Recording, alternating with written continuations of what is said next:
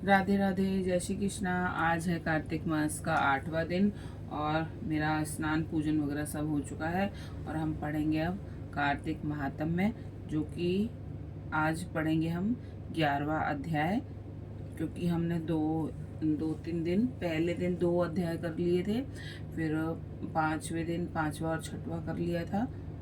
चौथे दिन और क्या कहते हैं, फिर कल भी हमने 9वां और 10वां अध्याय 7वें दिन कर लिया था। तो इस प्रकार से हमको आज 11वां अध्याय का पाठ करना है। तो शुरू करते हैं ठाकुर जी का नाम लेके। ओम नमो भगवते वासुदेवाय नमः। ओम नमो भगवते वासुदेवाय नमः। ओम नमो भगवते वासुदेवाय नमः। ओम नमो भगवते वासुदेवाय नमः। ओम नमो भगवते वासुदेवाय नमः। 11वां अध्याय। नारद जी ने कहा, एक समय जलंधर पत्नी सहित असुरों से सम्मानित हो सभा में बैठा था, तो परम कीर्तिवान श्री शुक्राचार्य जी वहां पहुंचे, जिनके तेज से सब दिशाएं प्रकाशित हो गईं। गुरु जी को आता देख असुरों सहित सागर पुत्र ने उठकर बड़े आदर से उनको प्रणाम किया। तेजस्वी शुक्राचार्य जी ने सबको आशीर्वाद दिया। फिर एक आसन पर बैठकर सब दैत्य भी यथा स्थान पर बैठ गए और सागर पुत्र ने नम्रता से यह प्रश्न किया, हे गुरुजी, राहु का सिर किसने काटा था? आप हमें बतलाएं। इस पर श्री शुक्राचार्य जी ने विरोचन पुत्र हिरण्य कश्यपु और उसके धर्मात्मा पौत्र का परिचय देकर देवताओं और असुरों द्वारा समुद्र मंथन को संक्षेप में सब कथा कहकर यह बतलाया कि जब समुद्र में अमृत निकला तो उसे देव रूप से राहु पीने चला। इस पर इंद्र के पक्षपाती भगवान विष्णु ने राहु का सिर काट डाला। यह सुनने के साथ ही जलंधर के नेत्र लाल हो गए।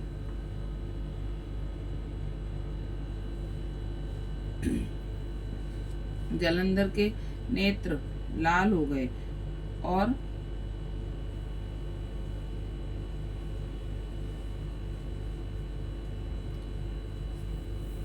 उसने बड़ा क्रोध किया। फिर अपने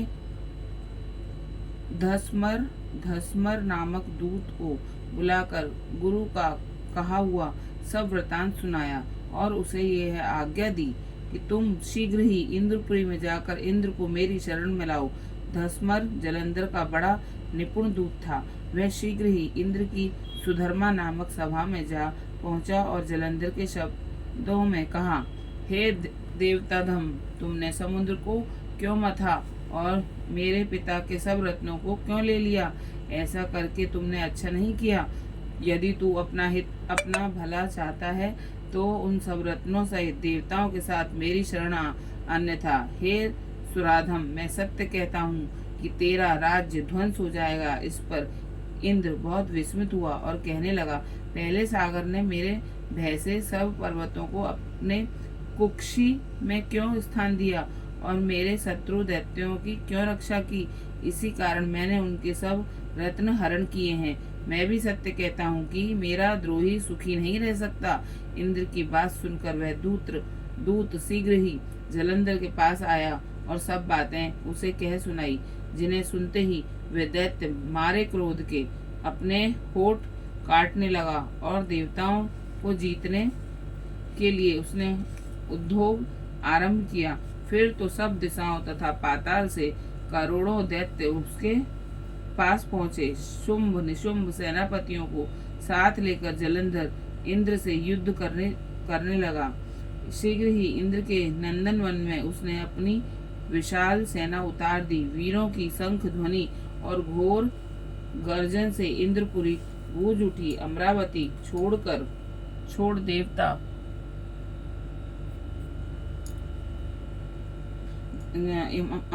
छोड़ देवता उनसे युद्ध करने चले गए।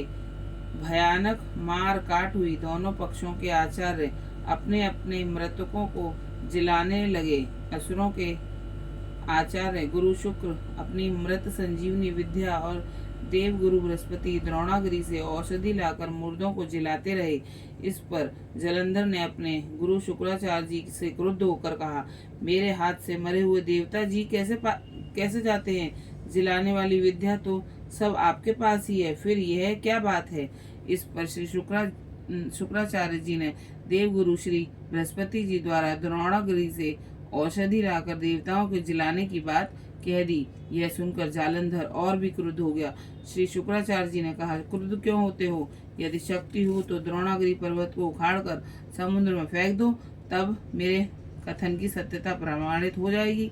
इस पर जालंधर क्रुद्ध होकर शीघ्र ही द्रोणागिरी पर्वत के पास जा पहुंचा और अपनी भुजाओं द्वारा उसे जड़ से उखाड़कर समुद्र में फेंक दिया। यह भगवान शंकर का तेज था, उसमें जालंधर की कोई विचित्रता नहीं। पश्चात यह सागर पुत्र युद्ध भूमि में आकर बड़े वेग से देवताओं का संहार करने लगा। जब बृहस्पति औषधि लेने के लिए द्रोणागिरी पर्वत पर पहुंचे तो द्रोणागिरी की जगह वहां पर उन्हें सूना मैदान मिला। तो वह भयभीत होकर देवताओं के पास आए और कहा कि युद्ध बंद कर दो, तुम लोग अब जालंधर को नहीं जीत सकोगे। पहले इंद्र ने जो भगवान शंकर का अपमान किया था, यह उसी का फल है। यह सुनकर देवता युद्ध की आशा त्याग अत्यंत ही व्याकुल हो इधर उधर भाग निकले। सिंधु सुत निर्भय होकर अमरावती में प्रविष्ट हो गया। इंद्र आदि देवताओं ने गुफाओं में शरण ली। ये संपूर्ण हो गया 11वां अध्याय। अब कल पढ़ेंगे 12वां अध्याय। राधे राधे। ओम नमो भगवते वासुदेवाय नमः।